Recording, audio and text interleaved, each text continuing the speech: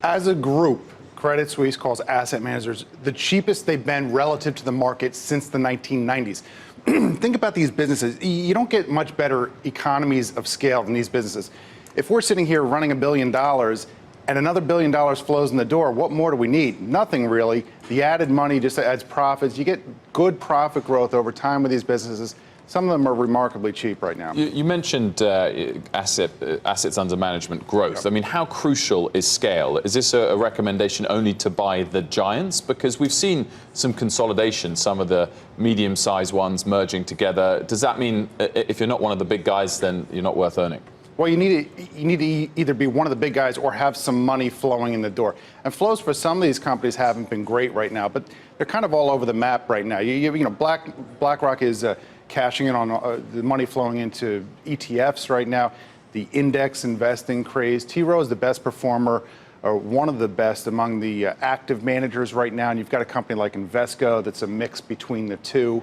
So you can kind of pick and choose where you want to be, but as the market heads higher, this is, you can bring more money in the door, or you can get appreciation in assets.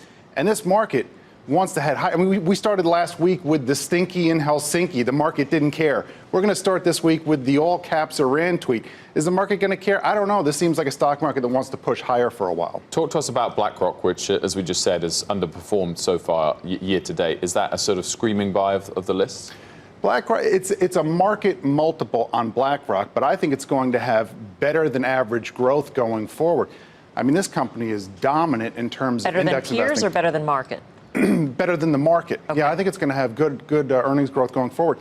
Really, if you're an investor, if you're not sure about what's going to happen with index investing, will this continue forever, money flowing into index investing away from active managers?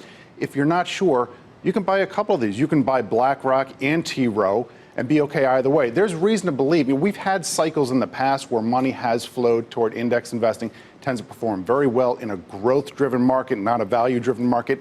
And those cycles tend to reverse. So you can find some of these other active managers that are very cheap right now that end up bouncing back. So you want to sort of hedge it then? Because one would argue, I mean, when you take a look at BlackRock's results, you saw second quarter inflows into iShares the lowest since the second quarter of 2016. And some people are saying, you know what, maybe this is peak ETF at this point.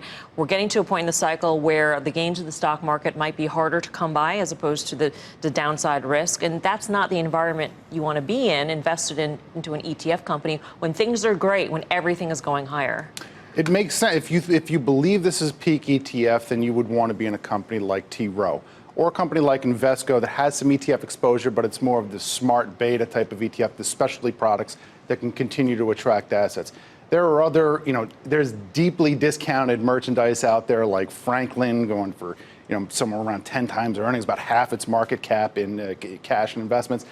That's a little more challenged because they have a lot of bond exposure, but if the price is right, it's a good deal for someone out there. Do you expect more consolidation, whether from the likes of BlackRock doubling down on their businesses or from the likes of Goldman Sachs or Morgan Stanley, where those banks are trying to boost their deposit base, whether it's through wealth management or other areas? Could we see some more takeovers happening? It seems to be an industry that's ripe for it because there has been some pressure on fees. Investors have smartened up. They don't want to overpay for asset management anymore.